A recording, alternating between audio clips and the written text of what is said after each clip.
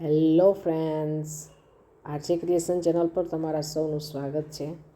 અહીંયા જે તમને બેલ્ટ દેખાય છે મેટલનો છે, સાડી ઉપર મોસ્ટલી પહેરાય તેવો છે, પણ એના ઉપર જો આ ડાઘા પડી ગયા છે તેને કારણે તે સરસ નથી લાગતું। એટલા માટે હું તેના ઉપર બીજું ડેકોરેશન કરી અને નવો લુક આપીશ।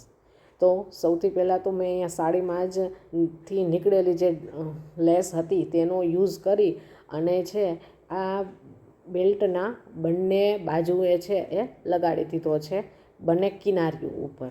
હવે આ લેસ છે એ ત્રિકોણ આકારની હતી, એ લેસ ઉપર ત્રિકોણ બનેલા હતા એટલે વધારે સરસ ગેટઅપ આવે છે તેનો। હવે જે છે આમાંથી મેં વુલન થ્રેડમાંથી ફ્લાવર બનાવેલા હતા। આવા ફ્લાવર મેં પહેલાં બનાવેલા જ છે, પરંતુ હવે હું અલગથી તેનો વિડીયો બનાવીશ કે કેવી રીતના આ ફ્લાવરને આપણે બનાવવાના। તો અહીંયા મેં બે રંગના ફ્લાવર બનાવી લીધેલા છે, એક ગ્રીન કલરના અને એક યલો કલરના। તો સૌપ્રથમ મેં એક ગ્રીન ફ્લાવર મૂક્યું છે, પછી તેના પછી આ લેસની થોડીક કટિંગ કરી અને સ્ક્વેર આકાર આવી જાય ને એવી રીતના મેં મૂકી દીધું છે। બે ગ્રીન ફૂલ અને પછી એક યલો ફૂલ આવી રીતના મેં છે ડેકોરેશન કર્યું છે, અને પછી તેના ઉપર મેં ડાયમંડ ચોંટાડી દીધેલા છે। તમે જોઈ શકો છો સ્ક્રીન ઉપર, આમાં ગોલ્ડન કલરના જ ડાયમંડનો મેં યુઝ કર્યો છે।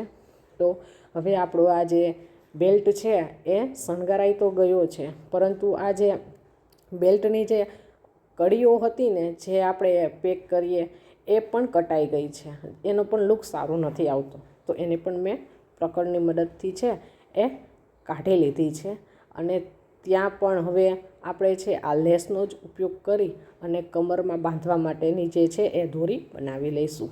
એ જે કડીઓ હતી ને તેની અંદર જ મેં 3 લેસ છે એને બાંધી દીધી છે, એટલે ટોટલ છે એ 6 લેસ થશે। 3 છે એક બાજુથી પોરવશું એટલે બીજી બાજુ એનો છેડો નીકળશે, અને પછી આપણે એનો ચોટલી વાળી લેવાની છે। તો એક બાજુની ચોટલી વ્યવસ્થિત વળાઈ ગઈ છે, હવે બીજી બાજુ પણ આપણે સેમ પ્રોસિજર જ કરવાની છે।